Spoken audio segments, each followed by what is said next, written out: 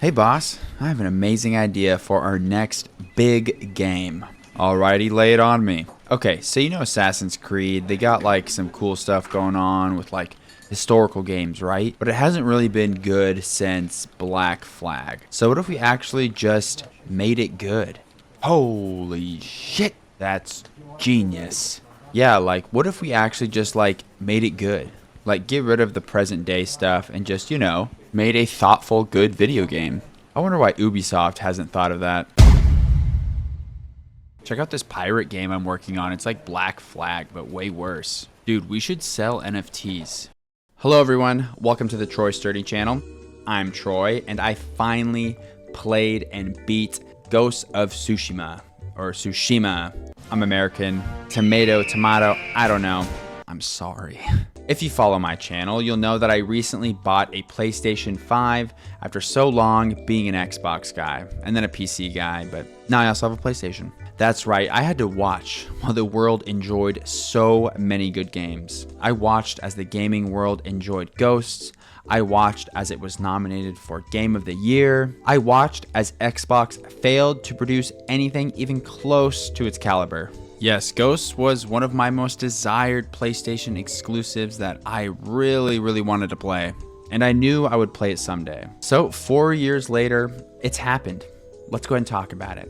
And this will be one of my backlog reviews or retrospectives or legacy reviews. To be honest, I'm unsure of what exactly to call these yet. But not only will I discuss my time and experience with Ghosts, but also some of the history around it, such as its release and, most important, its legacy. And since Ghosts is just a little bit older, I'll assume most people have played it at this point that really want to, so just a warning, all spoilers are on the table and may be discussed. Also, when I normally review games, I'll give it a final score out of 10. You know, but I think that's only fair for reviewing a game close to release. When judging a bit of an older title that may have aged like fine wine or like moldy cheese, you know, who knows. There are many more things to consider, such as how well it's aged, its legacy, you know, what kind of post-release content there was. So because of that, with these retrospective reviews, I'll be approaching Ghosts and any other future games that I do, and I'll be giving it a legacy review with my 4Fs approach,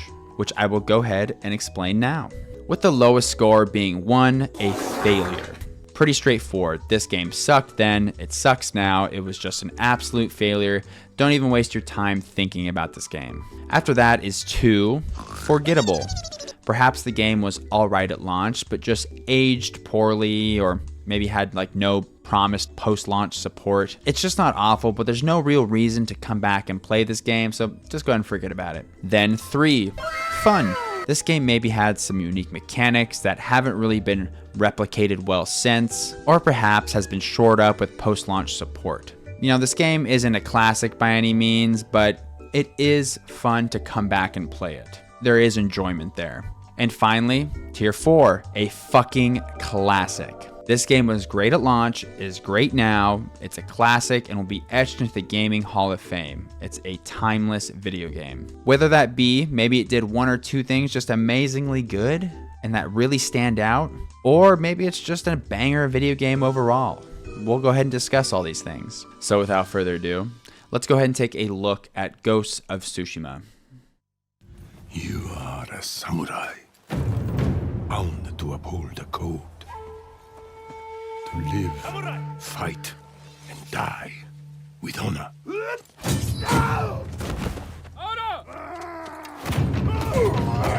If you stray from this path, what will you become?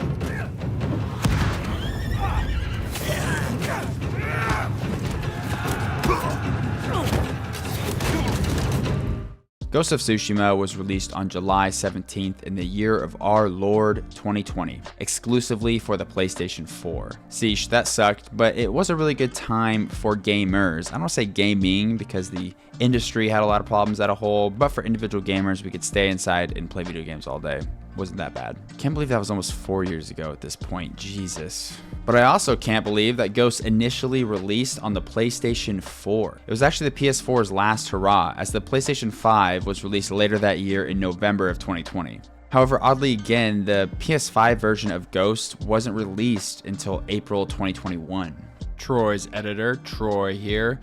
Sorry about Troy, he meant to say August. What a dummy. Alright, thanks, bye.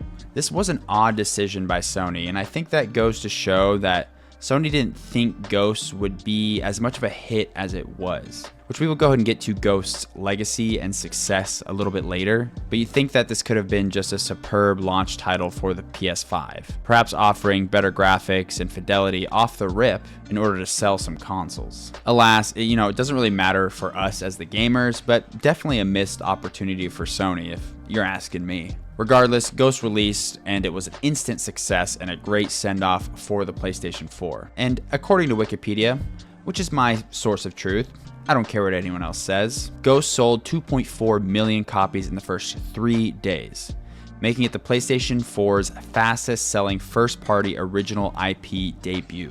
And by July 2022 had sold 9.73 million copies. Ghost also holds a Metacritic score of 83 and 87 out of 100 for the PS4 and 5 versions respectively. So all of this made Ghosts a commercial and critical success. And I'm sure now you're asking me, Troy, what exactly is Ghost of Tsushima? I've been living under a rock for the past 5 years, so what is it? Is it that great?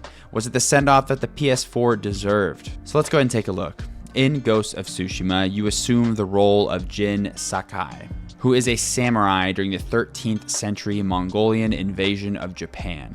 And Ghost takes place on, you guessed it, the island of Tsushima, which is a small island located between Korea and Japan. And, historically, this was a first stop for the Mongols during their invasion on the way to mainland Japan.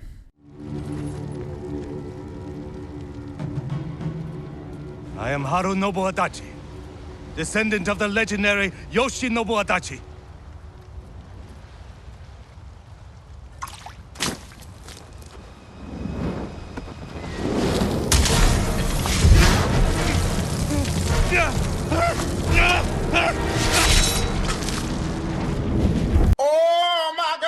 And from a gameplay perspective, Ghosts is just an open world action stealth game. It does share a lot of core elements with like an Ubisoft game such as Assassin's Creed. There's a main story that will take you all across Tsushima and follows Jin saving his uncle, Lord Shimura. Yeah, I'm gonna butcher a lot of these words here. I know they're simple, but I'm like the worst speaking YouTuber. As well as defeating the big bad Mongol warlord Khotun Khan. Then there are a plethora of side and character quests, or rather, tales that really flesh this world out, as well as a ton of busy side activities and areas to liberate from Mongol control. Dotted enemy encampments a la Ubisoft that you can dispatch either going in swords ablazing or through stealth. So yeah, Ghosts of Tsushima, its core gameplay loop is honestly a lot of what we've seen before. You'll be running around an open world, tackling main and side activities, clearing enemy outposts with stealth or combat.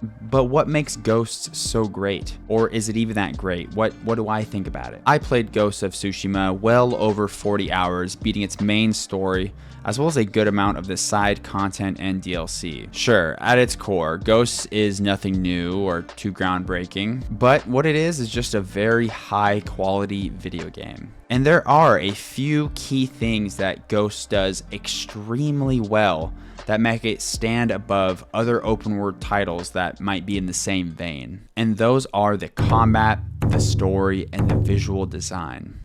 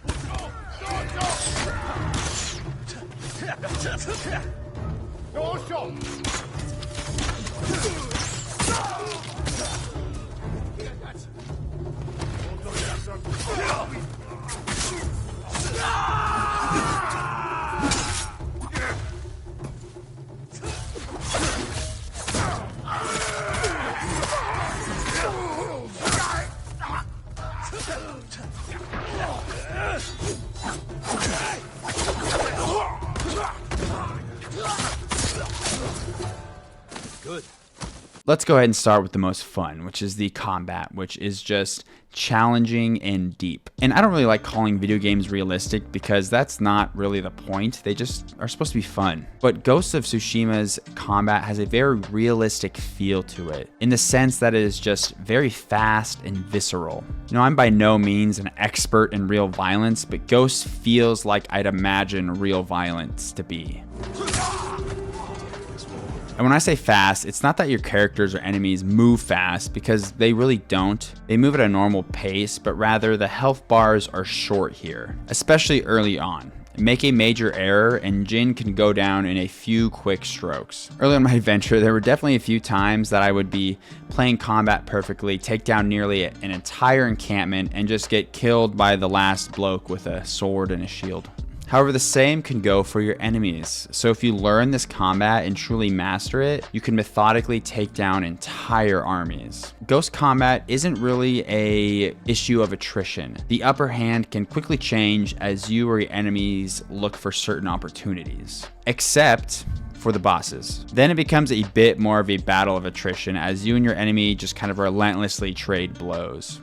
And I can admit that this contrast can be a bit jarring at first, and I struggled initially with some of the bosses. However, this does make these duels feel more cinematic and epic, which does feed into Ghost's inspiration from Akira Kurosawa's, and I probably said that very wrong, his films. Ghost has an entire cinematic feel that the boss fights and the normal combat really play into. So overall, I'd say the boss battles are pretty good. Then there are just a good amount of mechanics and combos that make combat surprisingly deep. You know, the focus here is around using your katana, but you also have your bows, kunais, and even sticky bombs. But the big standout that I just really loved is the 4 different stances. You got stone, water, wind, and moon. Each stance has an enemy type they are strongest against, as well as coming with their own combos and movesets. And swapping between the stances, throwables, and ranged weapons controls a bit awkwardly at first, but once you get the hang of it, it is smooth. And it just kind of ends up being another facet of this combat to master. Then of course there's your defensive moves like blocking, parries, counters, dodges, the list goes on. Then further depth is added when you can upgrade your stances, defensive skills, and throwables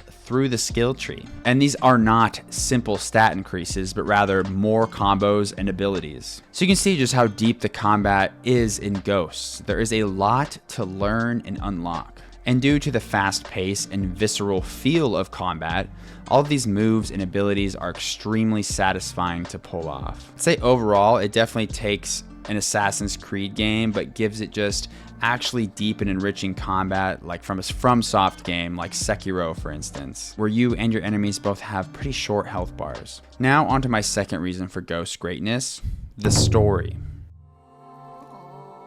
Eyes that saw my pain.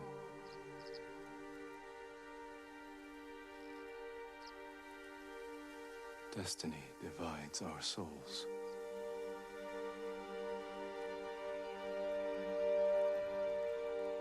Will death redeem us?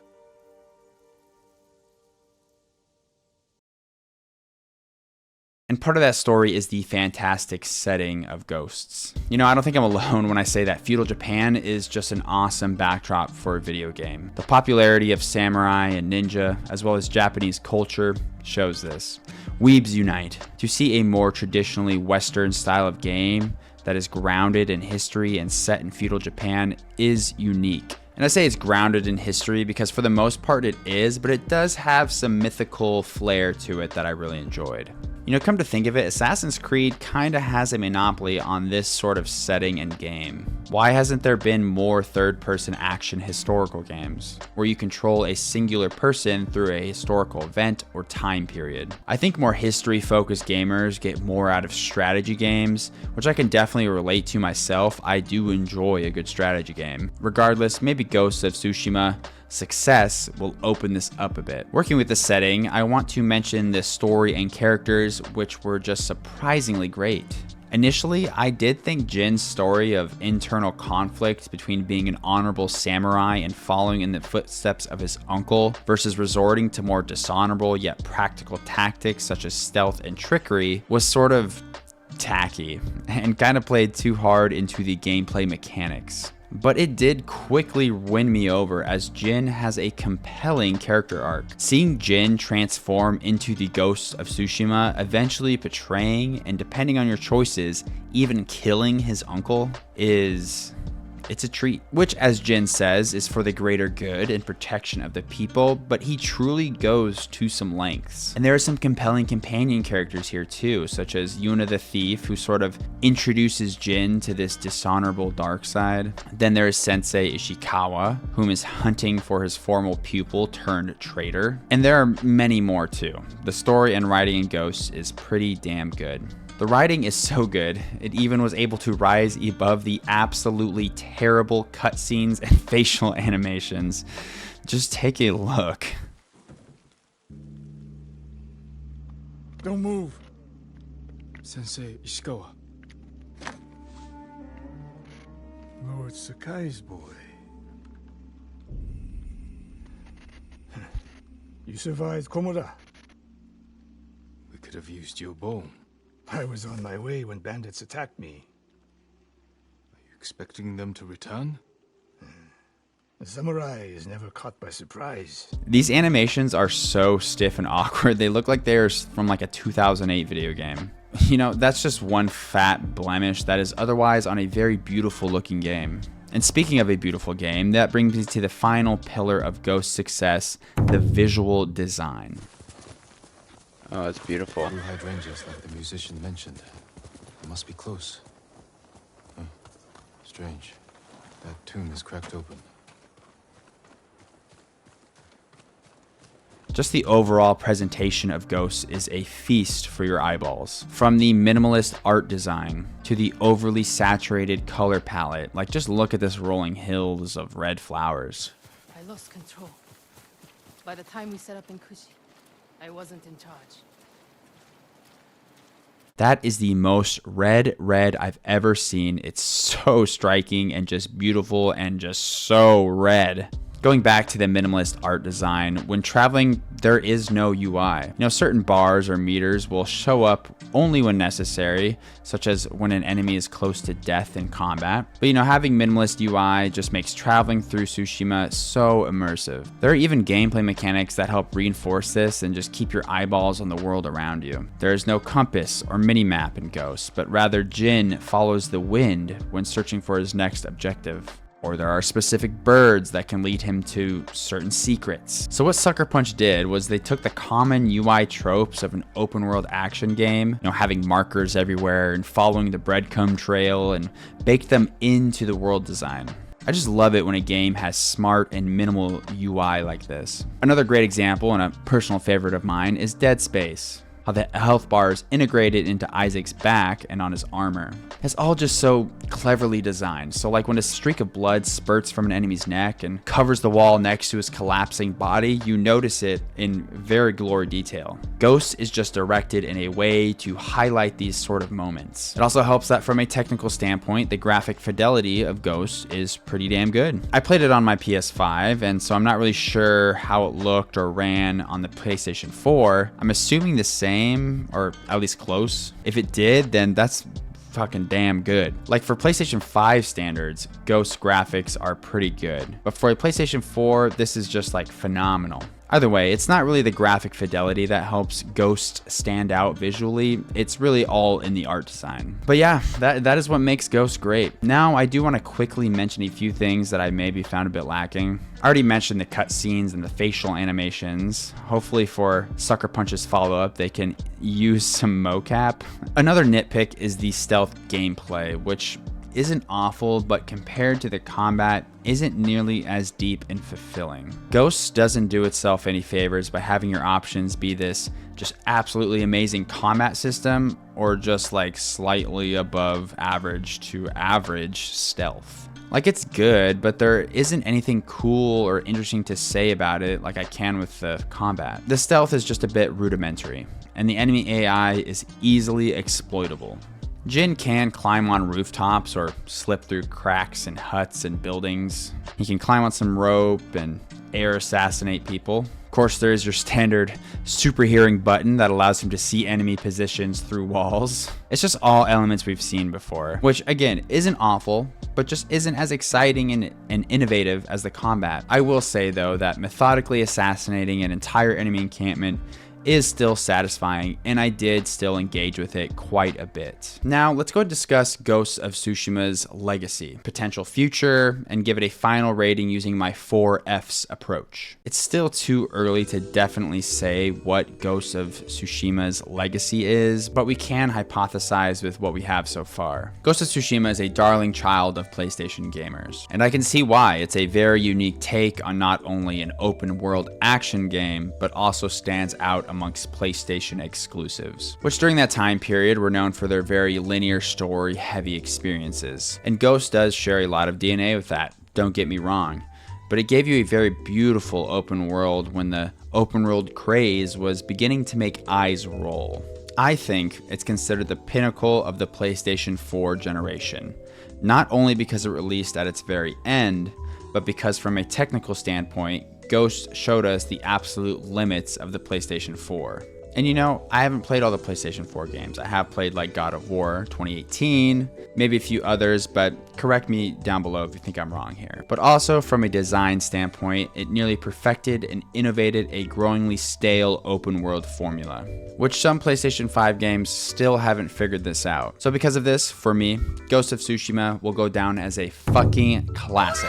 I was torn between fun and classic because, well, there are a few things that Ghost didn't do that great. It's far from perfect. But what it does do great, it really pushed the envelope for. Ghost is easily one of the most beautiful and stunning open world games in its generation, arguably of all time. But so what's next for Ghost of Tsushima? There's the question of an obvious sequel. Ghost was a commercial and critical success, so there's a lot of money to be made for PlayStation and Sucker Punch. Jin is still alive at the end of the story. What's next? Perhaps an adventure to mainland Japan? I think like a mainland Japan game is the most obvious answer there, but that does raise a few concerns for me. I would be skeptical of a Ghost of Tsushima 2. That's because Ghost is historically grounded. It takes place around real-world events, so that element needs to be present in its follow-up. There were 2 Mongolian invasions of Japan, and perhaps Jin helps defend from the second one, or he goes to the mainland and helps fend off the Mongols there. And I think this definitely could be a good setting for a sequel, albeit a bit safe. There's only so much they can do with this. You'd be fighting the same faction with probably some new abilities, or maybe also fighting the Japanese shogunate with Jin being an outlaw and all. Also, I do feel like where we left Jin's story is a good ending. It feels complete. They could expand on Jin further, but there's a chance that could feel forced. And Sucker Punch has demonstrated strong writing, so, you know, it definitely can be done. Now, what I think would be more interesting is perhaps a spin-off or more of a spiritual successor. Take a lot of what you learned and did well with Ghosts and put that into a new setting. Let's do feudal Europe or ancient China, or maybe farther into Japan's history into the Edo period. Something like that would excite me much more. But if it is a Ghost 2, I won't be too upset. Which, if I did have to put my money on it, that's what I would probably say that Sucker Punch is working on. Anyways, I really hope you enjoyed my video. If you did, please make sure to hit it with a like. And if you haven't already, definitely subscribe. This helps out the channel immensely. Let me know down below, what are your thoughts on Ghost of Tsushima and its future? I hope you all have a wonderful day. Bye-bye.